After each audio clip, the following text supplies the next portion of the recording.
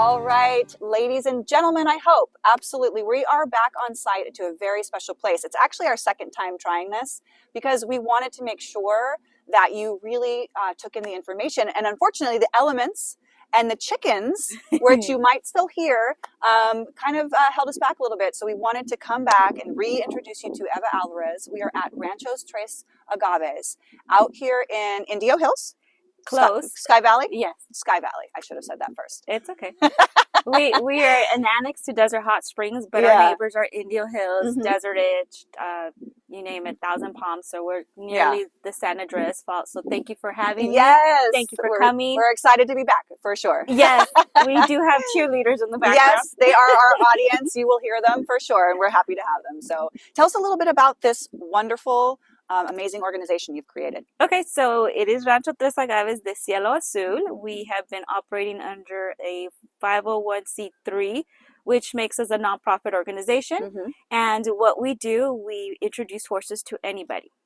We have anybody from the ages of 10 to the age of 80 who have experienced great impact. The frequency the horse brings, it gives them a tranquility feeling.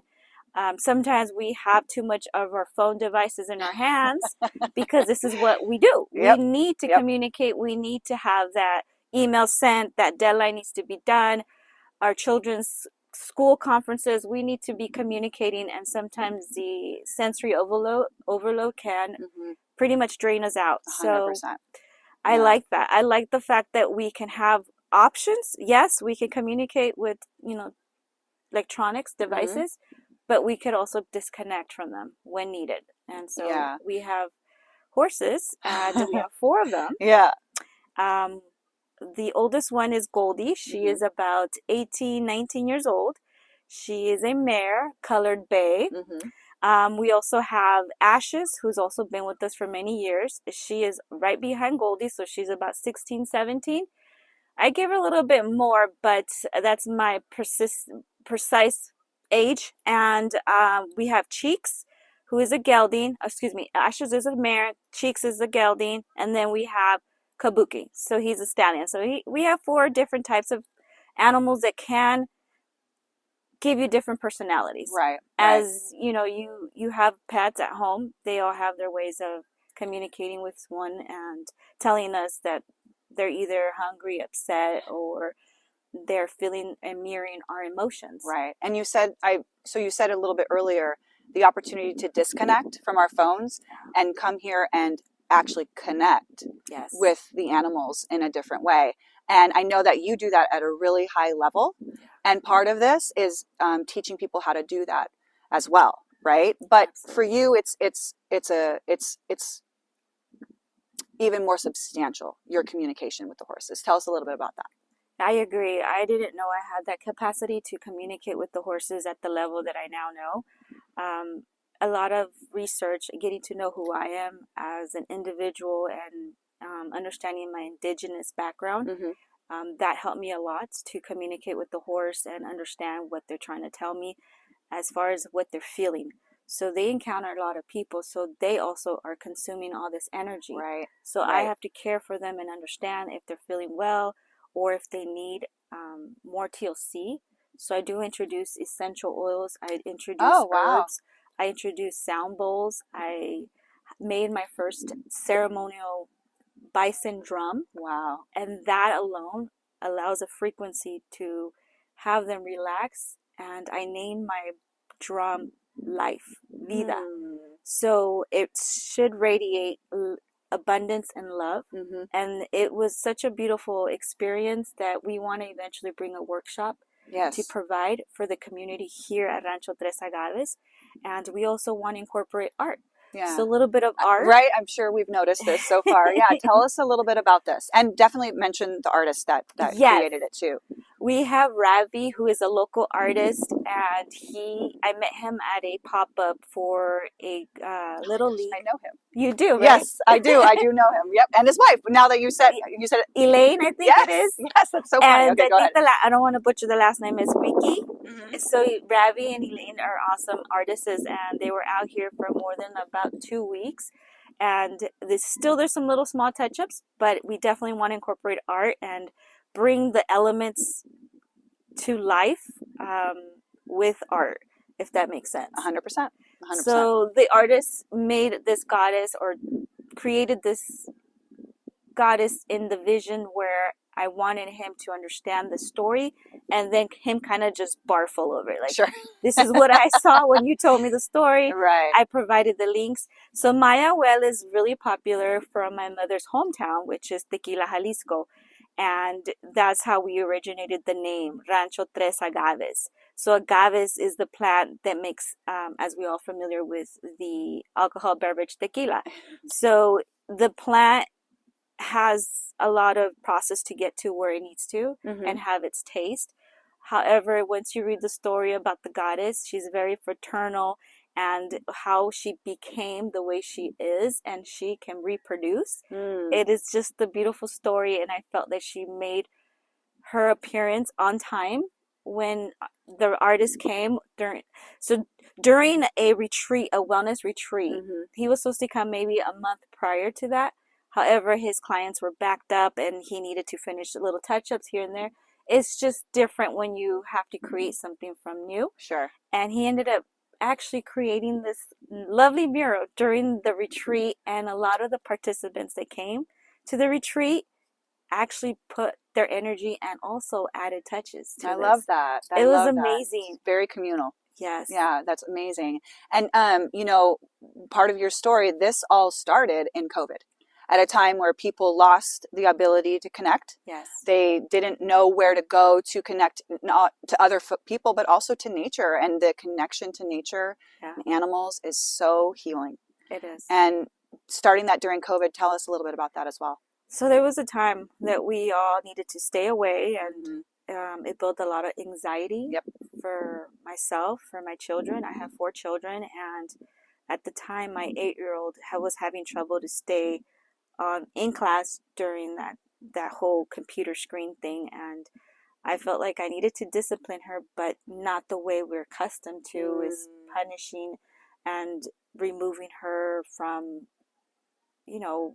other things that she needed to escape from. Right. So I had to sit there and meditate and find out, how can I connect with my child without losing her? How can I tell her this is something we didn't ask for, but we need to roll with it? Sure. Let's just go with this. This is what we need to do to learn and get education, because we don't want to lose a beat. Right. So having these horses on this property, we've been here for 14 years. We started to listen and feel the need to have these horses more around. So I went and I got this round pin with different sizes. It didn't even match. So it was just like one big size, little size. And me and my husband and a friend of ours helped. We just put it together. We helped each other out, and we just said, this is what's going to stick. And so we started to clean around the desert, because there was a lot of the desert bushes, and there's a part of the yard that wasn't really utilized. So now we have come a long ways, and we've cleaned it up. And so I put her on the horse because now I had this round pin that I felt safer. So where we're at, we have a lot of boulders. It's desert elements. So it doesn't feel safe. Right. But now that we put this round pin, the horse couldn't really take off, couldn't do much. I had more of that one-on-one communication with the horse and my child. The minute I told her, you're in control, you tell it what it needs to do, it was like a download. She understood. Right. This was like, okay, I get it. I understand that I can make, what I tell, what I put out there's what I'm going to get. Right. So that's what I needed her to adapt to. Like, if you're going to apply yourself, you're going to get some education. But if you don't apply yourself, nothing's going to happen for you. Right. And was that sounds like a moment where maybe you realize it could be that same exact teaching or that same exact experience could be helpful to other people experiencing anxiety or whatever that might be. Depression, PTSD. Yeah.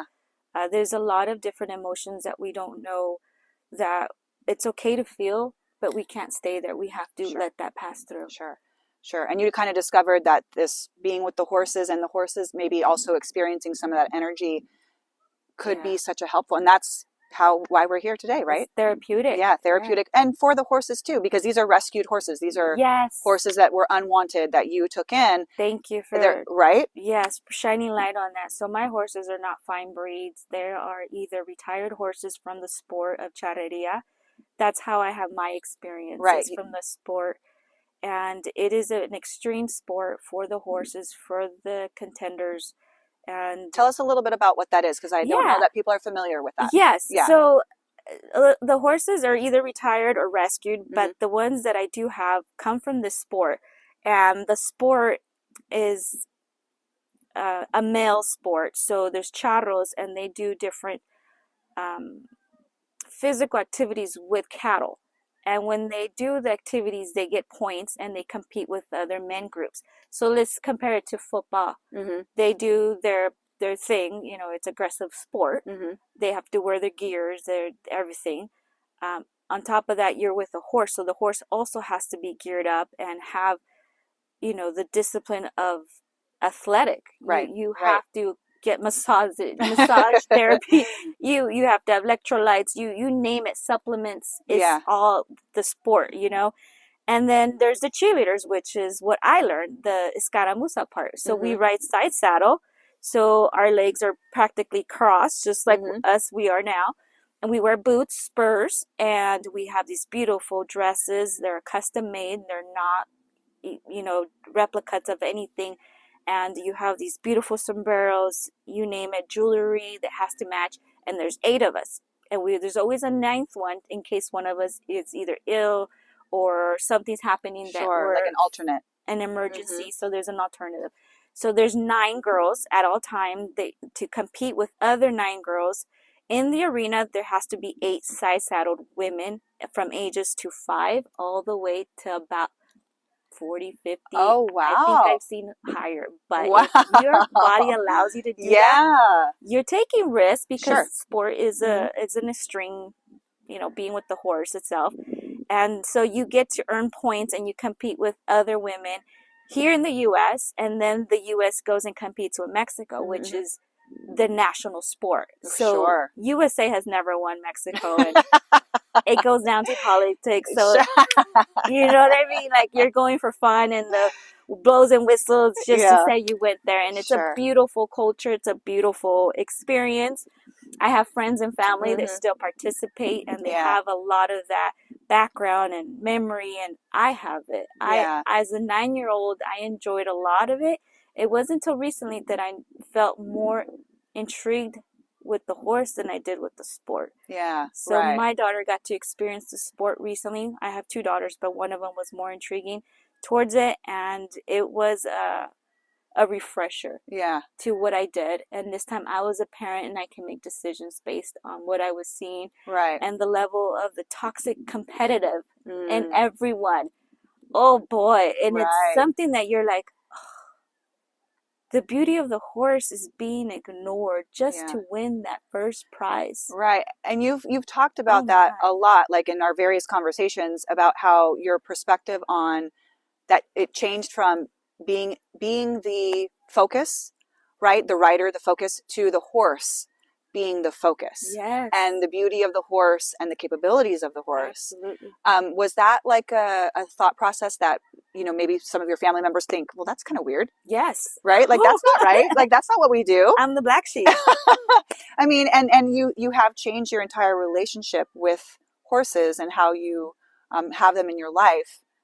Recently. This is a recent change for you. Oh yeah, it's a transition and a lot of transparency to be understanding what I'm feeling and not ignore that. Our emotions can get us sick, and if we don't pay attention.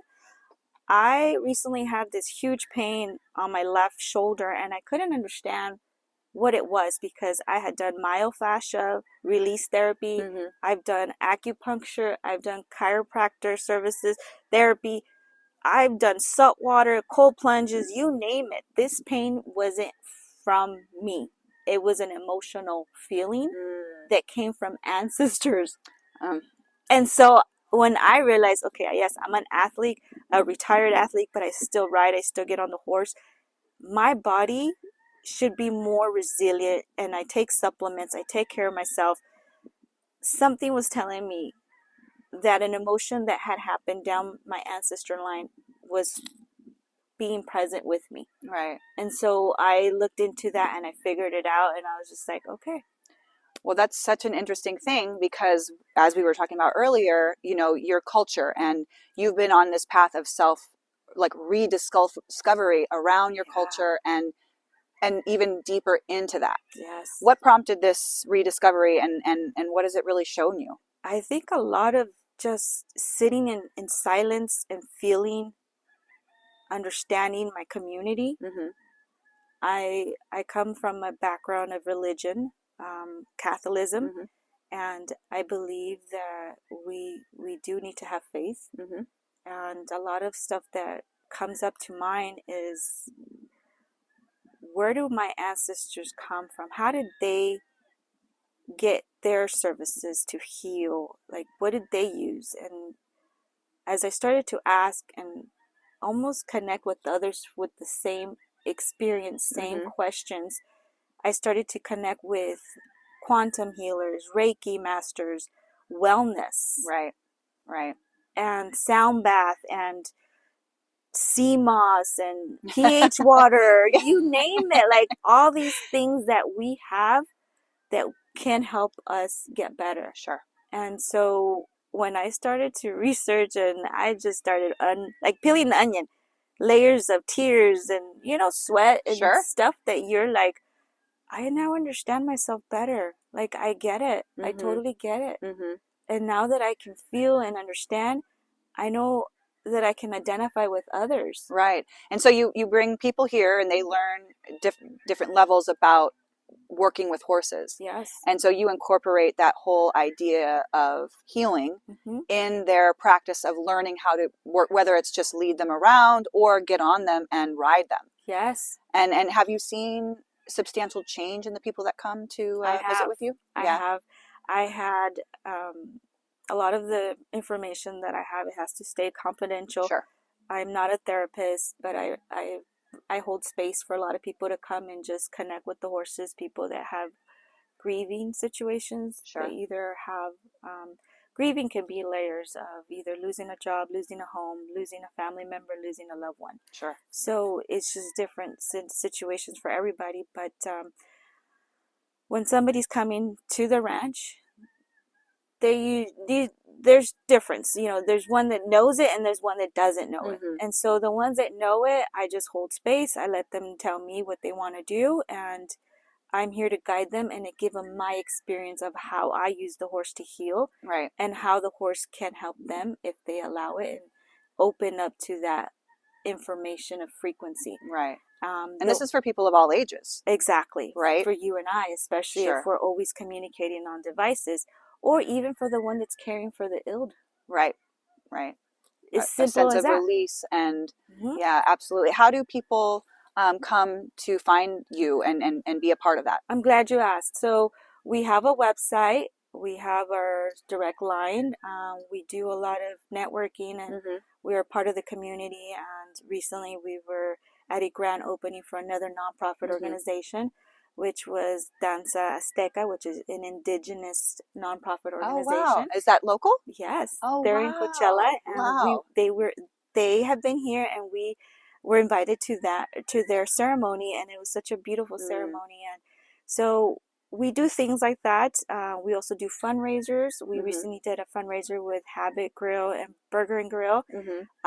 We have an Amazon wish list. I can, share all this information so you guys can be in contact. Yeah, and we'll of course have that, so that in the post or in the what's this interview? Yes. Oh my gosh, I bumbled over that. I'm so sorry. It's okay. We'll have that so that they can find that too. Contact us and be in touch. And of course, with Instagram, Facebook, sure, YouTube, you can just type in the name and it comes up. Right. I am the founder, and I am the one that has the mission and the vision. So we are looking for volunteers for the board of directors. For people wonderful. To just I'm so glad you mentioned that. Okay, yes. Good. Yes, good. We want people that can understand that and can carry it on. I want to be the horse person. I am 100% invested to my horses, and I'm their guardian, so I like to teach others about them. Right. And that's where I want to focus, not paperwork. Right. Not right. I mean, communication's great, but it's so demanding that Sure. I need to, and it takes you away from what your superpower is. Yes. Yes. It takes you away from your superpower. Yeah. No, I get it She for gets sure. it. So Yeah. yes, when I came across this organization, I was consulting with the business mentor, and I was whether going profit or nonprofit, and she's like, Eva, you're already volunteering your time. Yeah. Right. Just do nonprofit. And I was like, well, I don't know anything, the logistics about nonprofit. I've always volunteered at nonprofits, like either helping with meals or mentoring.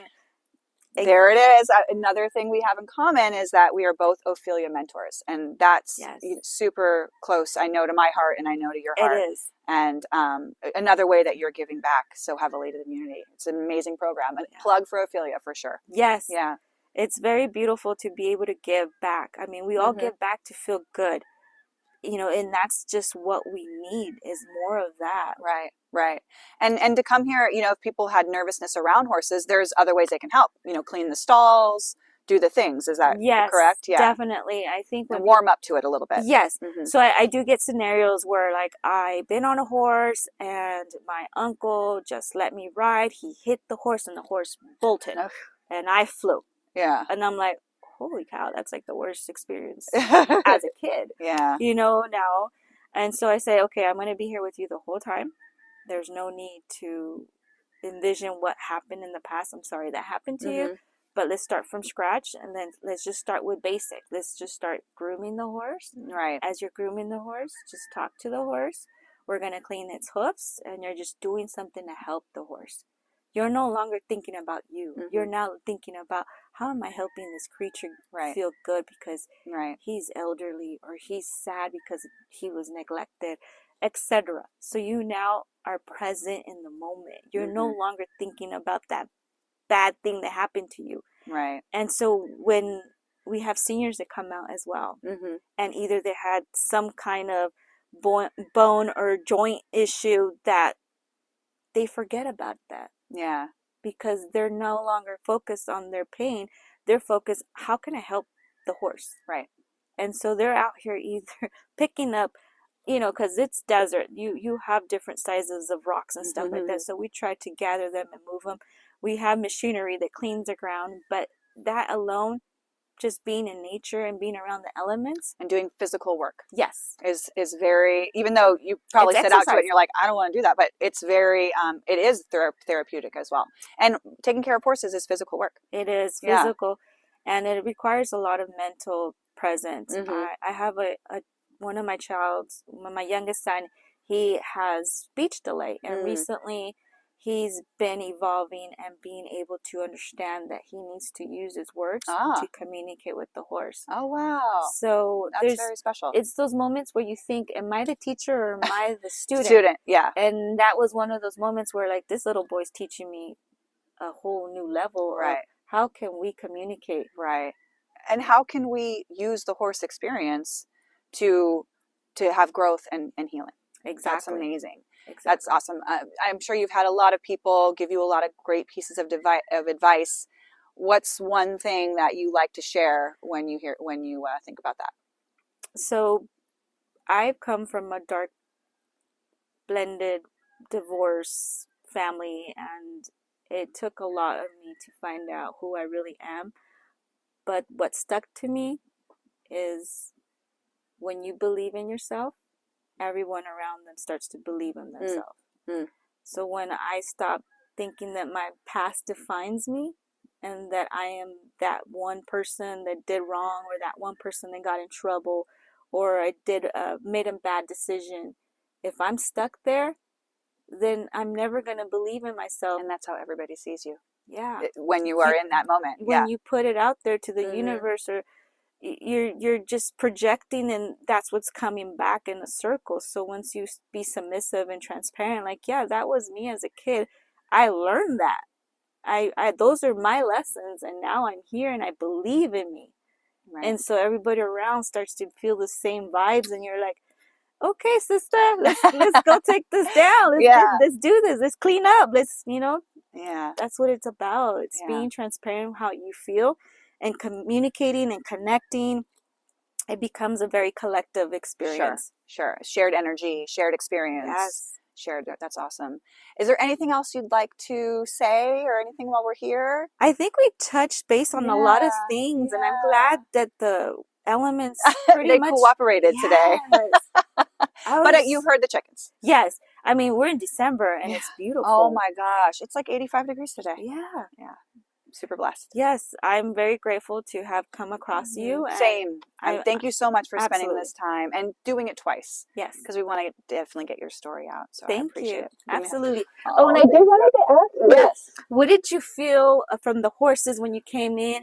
How did you feel? Like anything like? So the last time we were here, we got an extended period of time to be near the horses. And I mean, I grew up with horses. It's definitely one of those things I took for granted at the time. Okay. But what I noticed, particularly with the horses that you had here, was the calmness about them. Okay. They really translate. They even, you were telling the story of Kabuki and all of his growth and his challenges and being neglected and abused, and even his energy was very, very inviting, very welcoming. The horses that we were standing with at the circle pen just couldn't get enough of us. Thank you. And they were so warm and inviting is really what it was. And it leaves you with sort of, as a guardian, I feel like a proud guardian. Yes, they were. It was.